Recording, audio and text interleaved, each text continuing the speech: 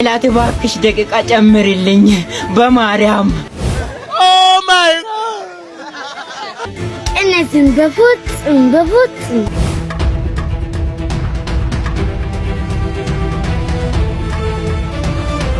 How? Hold on, bro. How?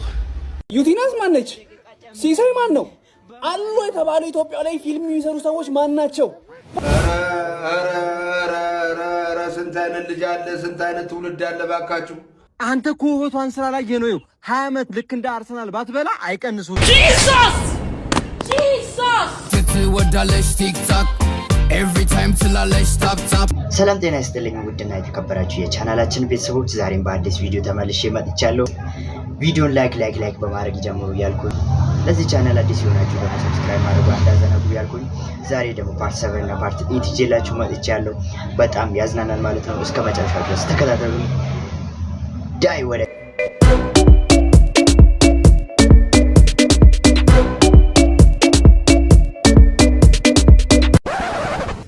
ይህንን ቪዲዮ ብለህ ለቀቅ። ሜላት እባክሽ ደቂቃ ጨምሪልኝ በማርያም። እነዚህን በፉት እሽ ሜላት ክፉ ነሽ። አቶ ማርቆስ ባለፈ ለፍቅርና ፎቶ ልኮ ነበር። እኔ ሰውን ልገለው ነው። ፈጣሪ እርዳኝ። ሜላትማ ትገለኛለች። ፈጣሪ እርዳኝ። ውጣ። ዛሬ በጣም ደስ ብሎኝ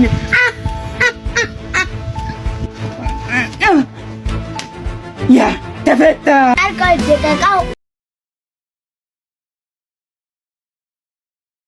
How? Hold on, bro.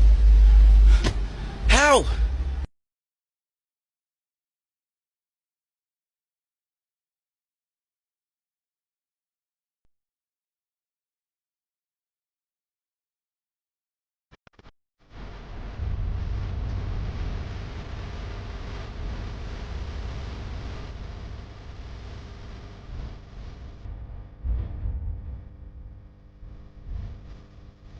በጣም ደስ ብሎኛል ወይዘሮ ሜላት። ዛሬ እኔ ነው የሚገልሽ። አትደስት ማርቆስ። ምን ልታረጊኝ ነው ወይዘሮ ሜላት? ሜላት እኮ ነኝ። እንጀምራ።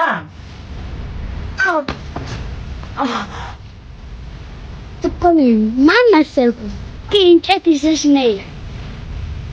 ሜላት እንጨቱ አስል እረሳለሁ። Oh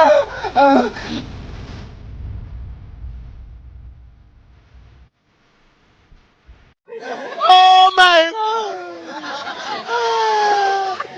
ዩቲናስ ማነች? ሲሳይ ማን ነው? አሉ የተባሉ ኢትዮጵያ ላይ ፊልም የሚሰሩ ሰዎች ማን ናቸው? ፓብሎ ፓድረጋሎ። አዎ መደነቅ ያለበትን ሰው ማደነቅ ያለባችሁ። አሁን ምርጥ ተከታታይ ድራማ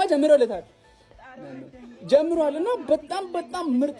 እኔ አልጠበቅኩት፣ ከጭንቅላቴ በላይ ነው። በቃ ማይንዴን እንዲህ በጠበጠው ነው የምላችሁ። በቃ እንደዚህ አይነት ድራማ አይቼ አላውቅም። እባክህ ባብሉ፣ እባክህ በፈጠረ አሁን ክፍል 6 ደርሷልና በጣም ዋግቻለሁ። ቶሎ ልቀቅልን፣ እኔ አልቻልኩም። እና ሁላችሁም ሰጀስት አደርጋችኋለሁ፣ ገብታችሁ እዩት። አሪፍ የሚባል አይቼ አውቃለሁ፣ ግን እንደሱ ተከታታይ ምርጥ ድራማ ቲክቶክ ላይ አይቼ አላውቅም። በቃ መደነቅ ያለበትን ሰው ማድነቅ አለብን አይደለ? አሪፍ ነው። ቀጥል። በጣም ጓጉቻለሁ እና ዘቢያንቺ ደግሞ ላውራበት ትክክለኛ ያልሆነ የሰግጥ ፈምስ ይሰራበት ሰው ቢኖር ደግሞ ጳውሎስ ነው።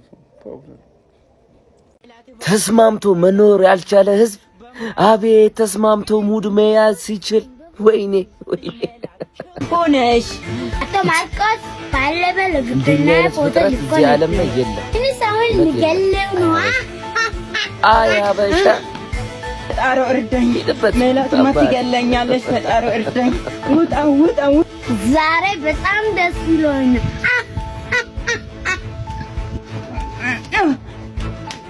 ያ ተፈታ። አልቆይ ደቂቃው አልቀው።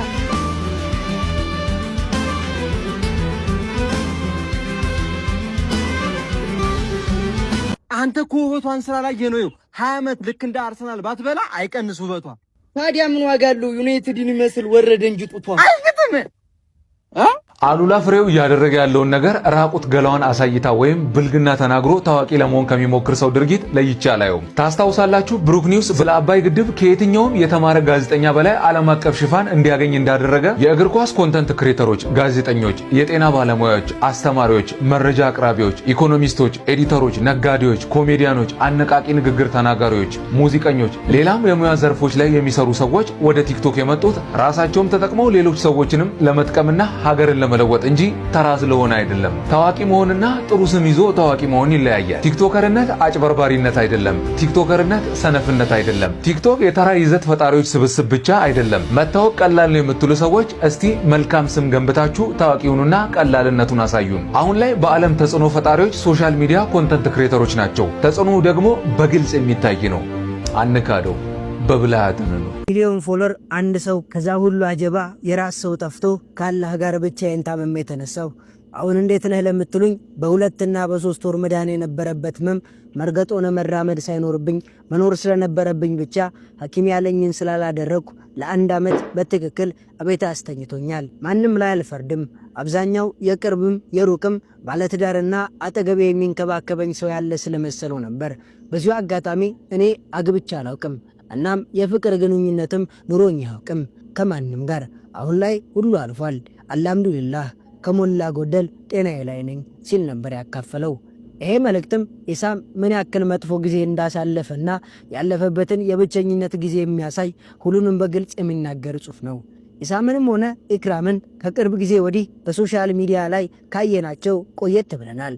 በርካቶች በጥምረታቸው የሚቀኑባቸው ተጋቡ ለወጪው እኛለን እስከ መባል የደረሱ በጣም ቅርበት የነበራቸው ጓደኛሞች ነበሩ። በመጨረሻም ሮሜንዲኖ የ2025 ክላሲክ ፊዚክ አሸናፊ ሆነ። በሚገርም ሁኔታ ከስንት ዓመት በኋላ ከስንት ጊዜ ጥበቃ በኋላ ከስንት ጊዜ ልፋት በኋላ ዛሬ ሮሜንዲኖ የ2025 የሚገርመው አሸናፊ መሆን ቻለ። ምናልባት እናንተ ወዳጆች ከሆናችሁ አድናቂዎች ከሆናችሁ አሁን ይመስለኛል መጨፈርና መደሰት ያለባችሁ እያስባለሁ። ይሄ ብራዚላዊ ብዙ ልፋትና ብዙ ድካም አሳልፏል። ይህንን አሁን ያለበትን ደረጃ ለመድረስ ምናልባት ስለሱ ባክግራውንድ ማወቅ ከፈለጋችሁ ይህንን የሚመስል ቲክቶክ ላይ ሰርችለት ስለሱ የሱ ባክግራውንድን ማወቅ ከፈለጋችሁ እዚህ ቲክቶክ ላይ የሰራሁት አለ የሮሜንዲኖ ከግዝፍና በስተጀርባ የሚለው ማለት ነው። እሱን ብታዩት የበለጠ ትረዱታላችሁ ብዬ አስባለሁ። ያለፈቸውን ነገሮችን ስትመለከቱ ይሄ ሰውዬ በመጨረሻ ማሸነፍና ማድረግ ችሏል።